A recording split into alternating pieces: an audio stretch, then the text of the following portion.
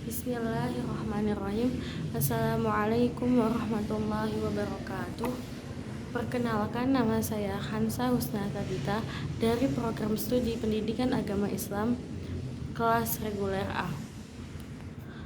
Pada kali ini saya akan membahas tentang sejarah lahirnya bahasa Indonesia.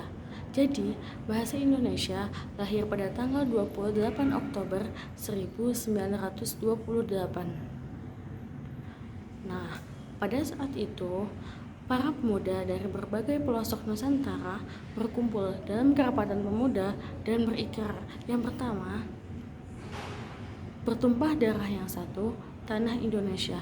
Yang kedua, berbangsa yang satu, bangsa Indonesia. Dan yang ketiga, menjunjung bahasa persatuan, bahasa Indonesia. Nah, ikrar para pemuda ini dikenal dengan Ikrar Sumpah Pemuda. Pada tanggal 28 Oktober 1928 itulah bahasa Indonesia dikenal dalam bahasa nasional.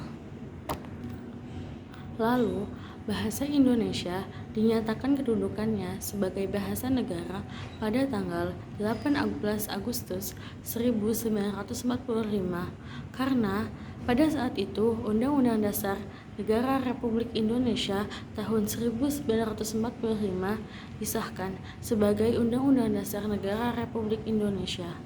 Nah, dalam Undang-Undang Dasar 1945 disebutkan bahwa bahasa negara ialah bahasa Indonesia yang terdapat pada pasal 36 bab 15. Bahasa Melayu mulai dipakai di kawasan Asia Tenggara sejak abad ke-7. Nah, kenapa sih bahasa Melayu mulai dipakai di kawasan Asia Tenggara sejak abad ke-7? Karena ada beberapa bukti yang menyatakan itu ditemukannya prasasti, yaitu di kedudukan Bukit Berangka tahun 683 Masehi di Palembang. Yang kedua, di Talang Tua Berangka pada tahun 684 Masehi juga di Palembang.